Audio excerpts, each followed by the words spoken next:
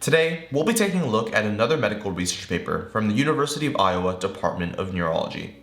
This paper, which covers possible treatment methods to epilepsy, was published in February of 2019.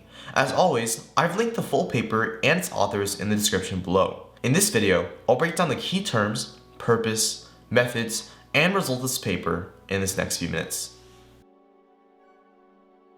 Firstly, key terms. Epilepsy refers to a group of neurological disorders which causes recurrent seizures or episodes of convulsions, memory loss, and loss of consciousness. Around 4% of Americans will develop epilepsy at some point in their life. Now, sudden unexpected death in epilepsy, or SUDEP, is exactly what it sounds like. For patients with drug-resistant epilepsy, SUDEP is the leading cause of death and its exact causes have yet to be discovered. However, recent evidence suggests that seizure-induced respiratory arrest, or SIRA, is implicated in SUDEP. Norepinephrine, NE, and serotonin, 5-HT, are both neurotransmitters that play a role in the modulation of breathing, arousal, and seizures. According to a 2010 paper from UC Davis, higher levels of serotonin have been shown to reduce the severity of epileptic seizures. Reuptake inhibitors are a type of drug that prevents the reuptake of a neurotransmitter into its emitting nerve, increasing concentrations and transmission of the given neurotransmitter. This study utilizes serotonin reuptake inhibitors, SSRIs, and norepinephrine reuptake inhibitors, NRIs. We can collectively refer to these reuptake inhibitors as monoamine reuptake inhibitors. The purpose of this study is to investigate how the usage of norepinephrine reuptake inhibitors affects SIRA and SUDEP. Since serotonin has already been established as a critical player in sudden death in epilepsy, this paper focuses more on the impact of manipulating norepinephrine levels in order to establish a link between NE and SUDEP. Additionally, it attempts to link activation of the alpha-1 receptor to survival and SUDEP. Moving on to methods, this study utilized genetically modified 5-HT neuron deficient mice, their wild-type littermates, and standard C57 black 6 mice.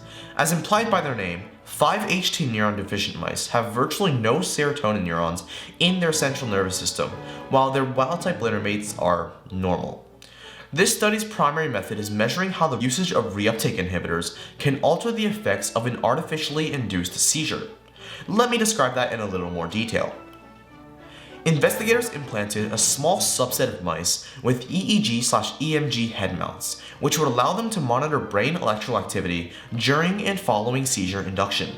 Different combinations of neurotransmitter reuptake inhibitors, or placebo, were applied to mice 30 minutes before seizure induction. In some mice, alpha-1 receptor blockers were also applied. Seizure was induced via maximal electroshock, where a 50 milliamp electrical signal was delivered via ear clip electrodes to the animal. Investigators measured seizure severity through extension-flexion ratio, which is the ratio of the time the mouse's hind limbs were extended to the time that they were flexed. Before and during seizure, investigators assessed respiration using whole-body plethysmography.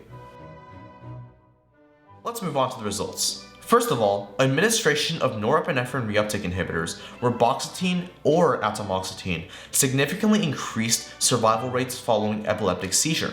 The NRI reboxetine at 30 mg per kilogram was also shown to significantly reduce seizure severity.